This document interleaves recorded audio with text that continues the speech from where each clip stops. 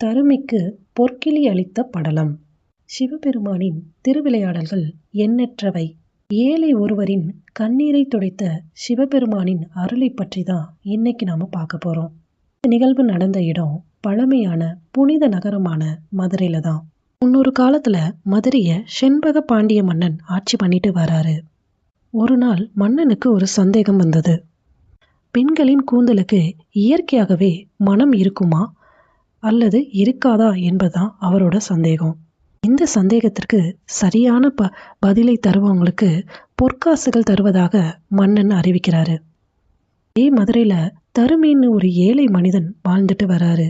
அவருக்கு வாழ்க்கையே வறுமையா தான் இருந்துச்சு. மன்னன் கொடுக்கும் அந்த பொற்காசுகள் கிடைச்சா தன் வாழ்க்கை மாறிவிடும்னு தருமி நினைக்கிறாரு. ஆனா அவருக்கு ஒரு தமிழ் பாடல் எழுதும் திறமை இல்லைங்க. அதனால அவர் மதுரை மீனாட்சி அம்மன் கோயிலுக்கு போய் சிவபெருமான் முன்னாடி கண்ணீர் மல்க பிரார்த்தனை செய்கிறாரு. இறைவா, என் வாழ்க்கையை காப்பாத்துங்க, எனக்கு ஏதாவது உதவி செய்யுங்கன்னு அழுது புலம்புறாரு. தருமியின் வேதனையை பார்த்த சிவபெருமான் ஒரு புலவர் போல் வடிவம் எடுத்து தருமியிடம் வந்தார். சிவபெருமான் கொங்கு தேர் வாழ்க்கை அஞ்சிரை தும்பி என்று தொடங்கும் பாடலை எழுதி தருமியிடம் கொடுக்கிறார். இந்த பாடலை மன்னனிடம் போய்க்கொடு, உனக்கு பொற்காசுகள் கிடைக்கும்னு சொல்றாரு. தருமிக்கு ரொம்ப சந்தோஷமாயிடுச்சு. அந்த பாடலை எடுத்துட்டு அரசவைக்கு போறாரு.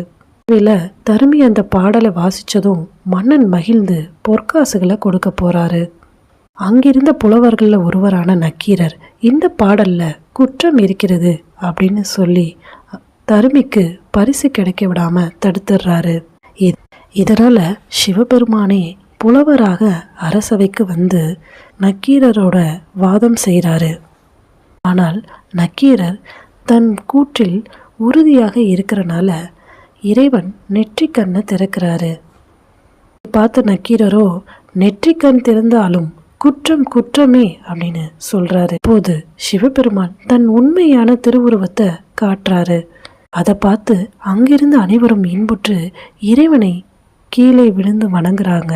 இறுதியில் சிவபெருமான் நக்கீரருக்கு அருள் செய்து தருமிக்கு அந்த பொற்கிளி கிடைக்க உதவி செய்கிறாரு. அந்த நாள்ல இருந்து ஏழையின் கண்ணீரை கூட சிவபெருமான் கவனிக்காமல் விட மாட்டாருன்னு மக்கள் உணர்றாங்க. இந்த அற்புதமான நிகழ்வு திருவிளையாடற் புராணம் என்ற நூல்ல இருக்குங்க.